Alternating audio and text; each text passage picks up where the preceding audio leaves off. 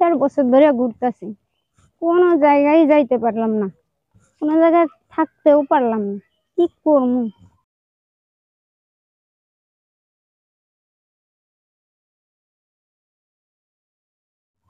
আচ্ছা, দেখি সামনে কি হয়। যদি সাগর ভাইয়ের সাথে দেখা হইতো তাইলে তো ভালোই হইতো। শেষ শেষ কথাগুলো একটু কইয়া যাইতে পারতাম। হাই হাই, এত বড় বিল্ডিং! এই বিল্ডিং সাগর ভাইয়ের মতন দেখা যায় না? সাগর ভাই তো। আচ্ছা যাই, কথা কই। না, কথা কমো না।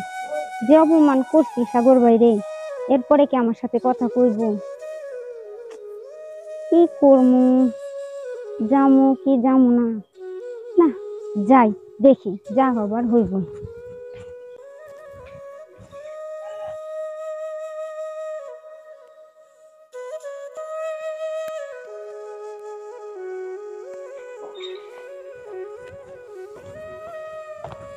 আরে সাগর ভাই, কে তুমি? চিনলেন না? হ্যাঁ, চিনতে পারছি। চিনবো না কেন? তাহলে তাহলে কি? তোমার এই অবস্থা কেন? আমার এই অবস্থা কেন মানে? হ্যাঁ, আজকা 3-4 বছর হয়, কোথায় ছিলা? ছিলাম যেখানে থাকার সেখানেই ছিলাম। আসলাম আপনার সাথে শেষ দেখা করতে। কেন? তারপরে যদি আপনি আমার সাথে আর দেখা না করেন, কথা না বলেন, সেই জন্য। তুমি তো সেদিন আমার অপমান করে চলেই গেলা। ভাবছিলা যে আমি আর কোনোদিন পাল্টাইতে পারবো না, সংসার করতে পারবো না, কামাই করতে পারবো না। দেখো আজকে অবস্থা। তোমার তো বলছিলাম যে সেদিন তো বলছিলেন, কিন্তু সেদিন তো আমি বুঝতে পারি নাই যে আমার কপালে এরকম হবে। এখন তো আর কাগজে মিনতির কোনো লাভ নাই, বুঝছো? কারণ যে একবার কাগজে মিনতি করি না, যদি পারেন তাহলে আমারে ক্ষমা করে দিন, এইটুকুই বলার ছিল।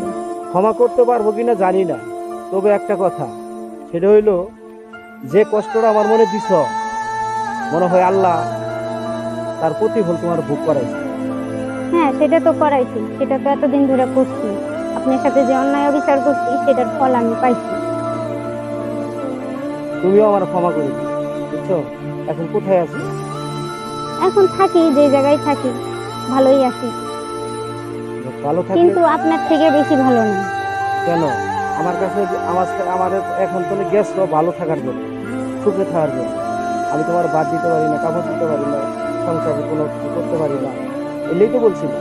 আজকে দেখছো? হ্যাঁ, আমি তোমার বলছিলাম যে ছেলের আগে বাসা হয়, মেয়ের আগে ব্যবসা হয়, বুঝছো? তার প্রমাণ আমি তোমার দেখে হয়।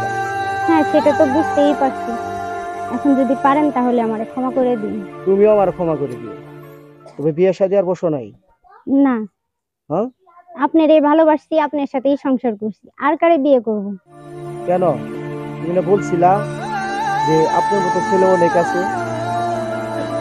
আপনার মতন ছেলে অনেক আছে, থাকলে কি হবে? তো আমার মনে তো শুধু আপনিই ছিলেন, অন্য কেউ তো ছিল না। আমার এখন করার কিছু নেই। কারণ এটা ভাইবো না যে আমি বিয়ে করছি, আমার ছেলে আছে, সন্তান আছে, কিছু না। তুমিও যেরকম ছেড়ে চলে গেছিলা, একা আছো, আমিও এখন একা আছি। আমি ভাবছি বাকি জীবনটা এভাবেই কাটাবো। আমি আর জীবনে বিয়ে শাদী করবো না। আমার জীবনে বিয়ে একটা, ভালো থেকো। তবে যদি কোনো সমস্যায় পড়ো, স্মরণ করো, যতটুকু পারি তোমাকে আমি সাহায্য করবো। আল্লাহ আমার ক্ষমা করবে। আপনিও পারলে আমারে ক্ষমা করবেন। ভালো থেকো, সুখে থেকো।